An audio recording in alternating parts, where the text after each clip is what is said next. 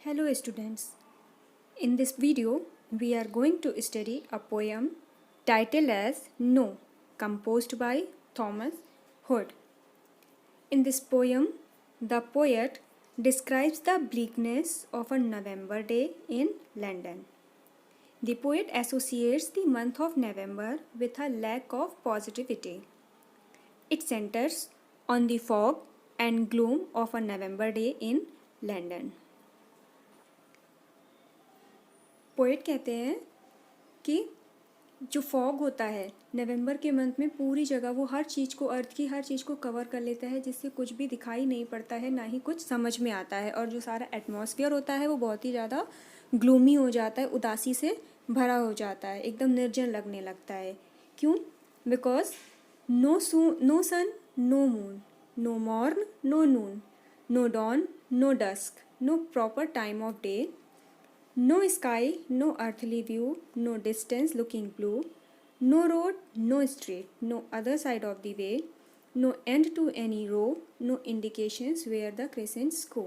Means ना नवंबर के month में इतना फॉग होता है जिससे ना तो सन दिखाई पड़ता है कि कब सूरज निकला और कब मून निकला कब चांद निकला ना कब सुबह हुई और कब शाम हो गई कब डॉन हुआ डॉन होता है एकदम भोर का समय और डस्क होता है शाम का समय कोई भी प्रॉपर टाइम दिन भर में समझ में नहीं आता है कि एग्जैक्ट टाइम कौन सा है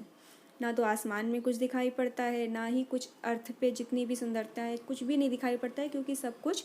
फॉग से कवर हो चुका होता है कोहरे से ढका हुआ रहता है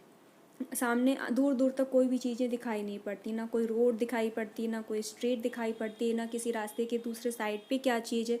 वो भी दिखाई नहीं पड़ती है no end to any row यहाँ पे रो जो है वो लंदन की एक स्ट्रीट का नाम है तो पोइट कह रहे हैं कि यहाँ तक कि जो स्ट्रीट है उसका एंड कहाँ पे हो रहा है वो भी नहीं दिखाई पड़ी मीन्स क्योंकि हमें फॉग में आसपास की भी चीज़ें नहीं दिखाई पड़ती हैं तो रोड भी कहाँ तक जा रही है वो दिखाई नहीं पड़ती नो इंडिकेशंस वेयर द क्रेसेंट्स गो और ना ही ऐसा कोई भी इंडिकेशन है ना ही ऐसा कोई भी सिग्नल नहीं सिग्निफिकेंस नहीं मिलता है जिससे ये पता चले कि क्रेसेंट्स कहाँ तक जा रही हैं क्रेसेंट्स होते हैं सीरीज़ ऑफ लिंक्ड बिल्डिंग जो बड़ी बड़ी ऊंची ऊंची बिल्डिंगें होती हैं आपस में जुड़ी हुई एक के बाद तो वो भी समझ में नहीं आ रही हैं कि ये कहाँ तक बिल्डिंग्स जा रही हैं now the poet says that a heavy fog obscures everything जो इतना घना कोहरा होता है वो हर चीज़ को अनक्लियर कर देता है कि इससे कुछ भी स्पष्ट नहीं होता है even the faces of people on the streets यहाँ तक कि जो सड़कों पे जो लोग घूम रहे होते हैं उनके भी फेस फॉग से कवर हो जाते हैं travel close down because of the fog as a result there are no mails deliveries and no ships arriving with news from foreign countries November month में फॉग के कारण ट्रैवलिंग मेल डिलीवरीज वगैरह सब कुछ बंद हो जाती हैं the poet says no top to any steeple no recognitions of familiar people no countries for showing em, no knowing em, no travelling at all, no locomotion, no inkling of the way, no notion, no go by land or ocean, no mail, no post. Means ना steeple की top दिखाई पड़ती steeple होती हैं ऊंची ऊंची मीनारें ना उनकी मीनारों की ऊंची ऊंची टॉप दिखाई पड़ती है ना ही जो पीपल होते हैं रोड पे उनके फेसेस भी फॉग से कवर हो जाते हैं तो उनके फेसेस भी नहीं दिखाई पड़ते हैं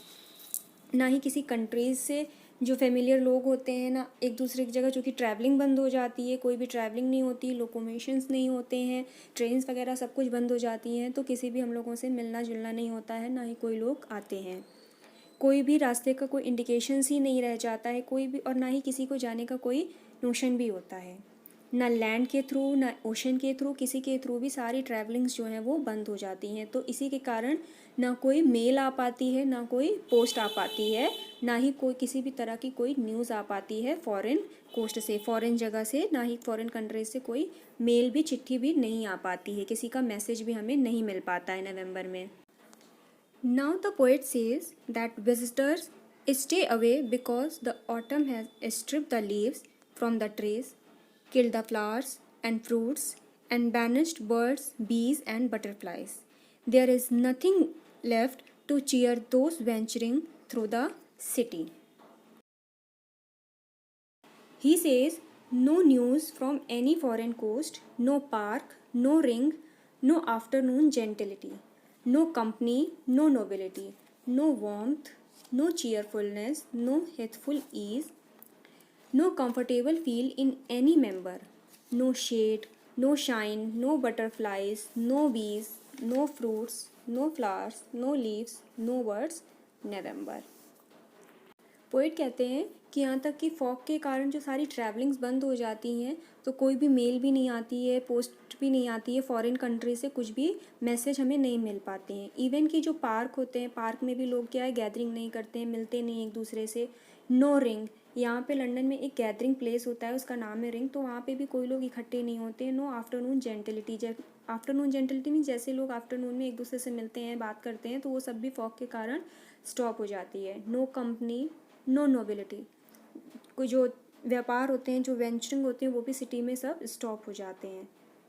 no warmth, no cheerfulness, no helpful is. No warmth means किसी के अंदर कोई भी तरह का एंथुसियाज्म नहीं रह जाता है, कोई भी उत्साह नहीं रह जाता है, कोई खुशी का मन ही नहीं करता है, क्योंकि सब कुछ हर जगह मोनोटोनस लगता रहता है, हर जगह ग्लूमी जो एटमॉस्फेयर लगता रहता है। किसी को कंफर्टेबल फील नहीं होता है, अच्छा नहीं लगता है। क्यों? क्योंकि जो ऑटम्स के कारण जो सारे पेड्स की लीव्स भी गिर जाती हैं, तो वो भी अच्छे नहीं लगते हैं। नवंबर के कारण, फॉग के कारण जो बर्ड्स होती हैं, ट्री बटरफ्लाइज होती हैं, बीज होती हैं, वो सब भी नहीं आती हैं, उनके भी आवाज़ें नहीं सुनाई पड़ती हैं। ना किसी पेड़ों पे फ्रूट्स होते हैं, ना फ्लावर्स होते हैं, ना लीव्स होती हैं। तो पूरा मिला के जो एटमॉस्फेयर होता है वो बहुत ग्लूमी होता है। तो टोटल ओवरऑल पोएम में जो है, जो पोएट कहना चाहते हैं कि जो नवंबर का मंथ होता है उसमें बहुत ही कम पॉजिटिविटी देखने को मिलती, सकारात्मकता वाली कोई चीज़ देखने को मिलती नहीं है हर चीज़ में। तो उन्होंने जो नो नो करके लगाया है और टाइटल उसकी नवंबर दी है कि जैसे नवंबर में है उसी तरह हर चीज़ उसमें, चूँकि नवंबर में हर चीज़ के लिए नो ही होता है, कोई भी चीज़ पॉजिटिव उसमें होती ही नहीं है।